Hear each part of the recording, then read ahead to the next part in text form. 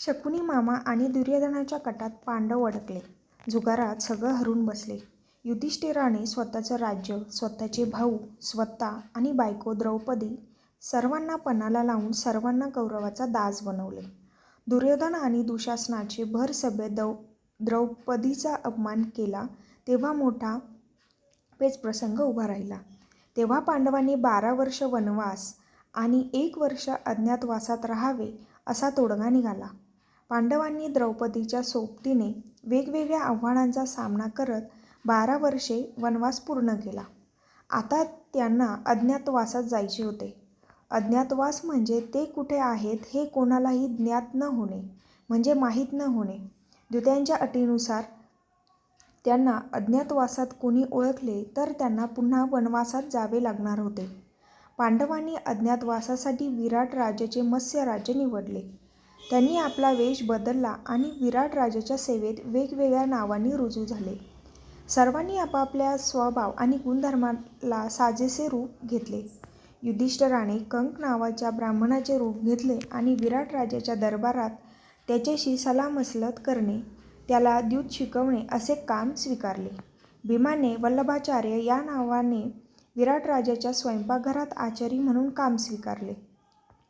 अर्जुनाने बृहन्नला या नावाने तृतीयपंथी नर्तिकेचे रूप घेतले आणि विराट राजाची राज्यकन्या उत्तरा हिला नृत्य शिकवण्याचे काम स्वीकारले. नकुल ग्रंथिक या नावाने राजाच्या तबेल्यात घोड्यांची निगा राखू लागला. सहदेवाने तंत्रीपाल या नावाने राजाच्या गोठ्यात गुरांची निगा राखली. द्रौपदी सैरेंद्री या नावाने राणीची दासी बनली आणि तिची मर्जी संपादन केली. त्यांनी बरेच दिवस यशस्वीपणे अज्ञातवास पूर्ण केला. कौरवांना त्यांची अजिबात खबर लागली नाही. विराट राजाचा मेहुणा आणि सेनापती कीचक निष्णात मल्ल होता. त्याच्या बळाचा राजालाही धाक होता. त्याने सैरेंद्रीला त्रास देण्याचा प्रयत्न केल्यावर मात्र भीमाचे नियंत्रण सुटले आणि त्याने कीचकाचा वध केला. त्याने त्याला एकटा गाठून मारण्याची खबरदारी घेतली असली तरीही कीचकाला मारू शकेल असे योद्धे मोजकेच होते. त्यामुळे तो भीमच असणार असा कयास बांधून दुर्योधनाने विराट राजावर हल्ला केला. पांडव राजाच्या सेवेत असतील तर त्यांना राजाच्या सोबतीने युद्ध करायला प्रकट व्हावेच लागेल आणि त्यांचा अज्ञातवास भंग होईल असा दुर्योधनाचा कट होता. त्यांनी विराट राजाच्या गायी पळवून नेल्या. आपल्या राजाचे संपत्तीचे रक्षण करणे हे राजाचे कर्तव्य असते. त्यामुळे विराट राजा आणि त्याचा पुत्र आपल्या सैनिकांसह कौरवांना सामोरे गेले खरे, पण दुर्योधन, भीष्म, द्रोणाचार्य, कर्ण अशा योद्ध्यांसमोर त्यांचा निभाव लागणे अवघडच होते.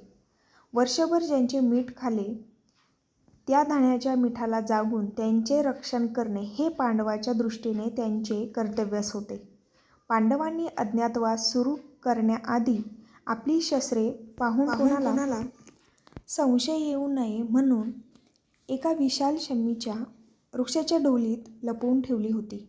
अर्जुनाने जाऊन ती शस्त्रे आणली. 1 वर्षभराच्या अंतराने त्यांना हाती घेण्याची, वापरण्याची वेळ आली. त्यामुळे साफसूफ करून त्यांची मनोभावे पूजा केली. बृहन्नलेच्या वेशातच त्याने सर्व कौरवांशी युद्ध करून त्यांना पराभूत केले आणि परतायला लावले. हा दिवस दसऱ्याचा होता. या दिवशी शस्त्रांची पूजा करण्याची परंपराच पडली. आजकालच्या काळात खरी शस्त्रे कोणी वापरत नसले तरी त्यांच्या घरी वडिलोपार्जित शस्त्रे असतील ती आपापल्या व्यवसायाला अनुरूप जी अवजारे, यंत्रे असतील अशा सर्वांची पूजा करण्याची पद्धत आहे.